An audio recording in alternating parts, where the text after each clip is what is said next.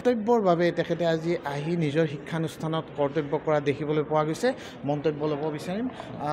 যি কৰ্তব্য আপোনাৰ কৰ্তব্যত আপুনি এনেধৰণে নিজৰ পিতৃ ঢুকোৱাৰ পিছতো আজি নিজৰ কৰ্তব্য কৰিবলৈ লৈছে, কি ক'ব?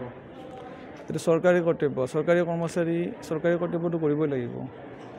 পিতৃ ঢুকালে মই ধৰি লওক বিচাৰিলে পাৰিলেও হয় মই ছুটি, কিন্তু নহয় এইটো যিটো কণ্টিনিউ প্ৰচেছ এটা মই কৰি আছোঁ এইটো কাম, বেলেগ এজনে কৰিলে আৰু দিগদাৰ পাব। আৰু দায়িত্ব এইটো চৰকাৰী কৰ্মচাৰী হিচাপে দায়িত্বখিনিটো কৰিবই লাগিব। পাৰোঁ সেইখিনি কাৰণে কৰিছোঁ। কিমান দিন হ'ল আপোনাৰ দেউতা? আজি 5 দিন হ'ল, শনিবাৰ 1 তাৰিখে। দেখিবলৈ পোৱা গৈছে আপুনি ব্যতিক্ৰম, কিয়নো একাংশ কৰ্মচাৰীয়ে নিজৰ কৰ্তব্যক অৱহেলা কৰা দেখা যায়, আৰু আনফালে কিন্তু আপুনি দেউতা ঢুকোৱাৰ পিছতো আপুনি কৰ্তব্যত আজি এনেধৰণে এনেকুৱা এটা পোচাকত আপুনি আহি উপস্থিত হৈছে। নহয়, লাহে লাহে পৰিৱৰ্তন হৈ আহিছে। আমাৰ মুখ্যমন্ত্ৰী হিমন্ত বিশ্ব শৰ্মাৰ প্ৰচেষ্টা, আৰু আমাৰ বিশেষকৈ আমাৰ যিজন চেয়াৰমেন জয়ন্ত মল্লদেৱৰ, তেওঁৰো অনুপ্ৰেৰণা আছে আমাৰ প্ৰতি, আমাৰ স্কুলৰ প্ৰতি। তেখেতৰ অনুপ্ৰেৰণাৰে বাকী গোটেই অসমতে লাহে লাহে এটা আহিছে, পৰিৱেশ এটা আহিছে। এতিয়া আমি দেখা পাইছোঁ, কালিও মুখ্যমন্ত্ৰী ছাৰে দিছেই তেওঁৰ চৰকাৰী স্কুলত মানে মানুহ ৰখি আছে এডমিশ্যনৰ কাৰণে, ষ্টুডেণ্টৰ এডমিশ্যনৰ কাৰণে। কৰ্তব্যটো লাহে লাহে হয় এটা সময়ত কেতিয়াবা, এতিয়া কিন্তু আহি আছে। আপুনি উপবাসে থাকিব লগা হৈছে, যথেষ্ট আপোনাৰ অসুবিধা নহয় নেকি এনেধৰণে? নহয়, এইটো হৈয়ে যায়, নিজে নিজে ভিতৰৰ পৰা আহি যায়, গম নাপাওঁ, তাৰমানে আহিয়ে যায়। কালিওতো মই আছোঁ 8 ঘণ্টা থিয় হৈয়ে আছোঁ, আৰু থাকিব পাৰি ইচ্ছা কৰিলে। এয়াই হৈছে কৰ্তব্য, আৰু কৰ্তব্যৰ বাবে এনেধৰণে দেখিবলৈ পোৱা গৈছে, বিশেষ সাজ পোছাকত দেখিবলৈ পোৱা গৈছে।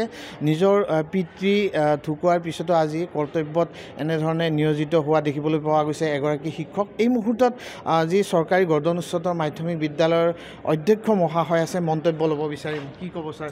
হয়, যিহেতু বিশেষ এটা পোছাকত আহিছে। হয় হয় হয় আচলতে হয়, আজি আমাৰ দ্বিতীয় দিন বহী মূল্যায়ন, আৰু আমাৰ ধনজিৎ কলিতাৰ দেউতাকৰ আজি 5 দিন হ'ল, আৰু তেওঁ ডিউটিক অৱহেলা কৰা নাই। প্ৰকৃততে মই নিজেও সুধিছিলোঁ যে ছাৰ পাৰিম মই, যিহেতু চৰকাৰী এটা দায়িত্ব, গতিকে চৰকাৰী আদেশ পালন কৰাটো চৰকাৰী কৰ্মচাৰী হিচাপে এটা নৈতিক দায়িত্ব, গতিকে সেই মৰ্মে ছাৰ মই থাকিম।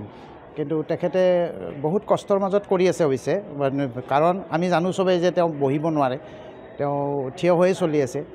গতিকে তেখেতৰ যিটো প্ৰচেষ্টা বা যিটো কৰ্ম ব্যস্ততা বা যিটো কৰ্মৰ অনুৰাগী, সঁচাকৈ ধন্যবাদ দিব লাগিব। আৰু স্কুলখনৰ আমাৰ বহুত দূৰ আগবাঢ়ি আহিছে মুখ্যমন্ত্ৰী হিমন্ত বিশ্ব শৰ্মা ডাঙৰীয়াৰ নেতৃত্বত, তথা আমাৰ স্থানীয় বিধায়ক জয়ন্ত মল্লদেৱৰ আমাৰ যিটো প্ৰেচিডেণ্ট হয়, SMDCৰ প্ৰেচিডেণ্ট হয়, তেখেতৰ তৎপৰতাত আমাৰ স্কুলখনে আজি 22 চনতেই মডেল স্কুল হিচাপে ঘোষণা কৰিছিলে, আৰু য'ত নেকি ইংৰাজী মিডিয়াম আছে, অসমীয়া মিডিয়াম আছে, দুয়োটাৰে, আৰু এতিয়া ছাত্ৰ ছাত্ৰী আমাৰ 1000 অতিক্ৰম কৰিছে।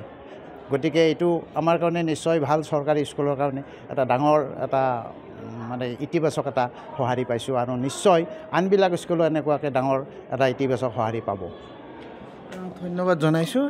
এয়া আছিলে অধ্যক্ষ মহাশয়, আৰু দেখিবলৈ পোৱা গৈছে এনেধৰণে নিজৰ কৰ্তব্য দেখিবলৈ পোৱা গৈছে, যিগৰাকী শিক্ষক পিতৃ ঢুকোৱাৰ পিছতো নিজৰ কৰ্তব্যত এনেধৰণে অৱহেলা নকৰি 5 দিন হ'ল, পিতৃ ঢুকোৱাৰ 5 দিন হ'ল, তাৰপিছতো দেখিবলৈ পোৱা গৈছে কৰ্তব্য কোনো দিনে গাফিলতি কৰা নাই, কোনো সময়ত উপস্থিত হয় এইগৰাকী শিক্ষক। আৰু আজিও দেখিবলৈ পোৱা গৈছে তেনেধৰণে পিতৃ ঢুকোৱাৰ পিছতো এই বিশেষ সাজ পোছাকেৰে এনেধৰণে নিজৰ কৰ্তব্যত অৱহেলা নকৰি এনেধৰণে নিজৰ কৰ্তব্য পালন কৰা দেখিবলৈ পোৱা গৈছে।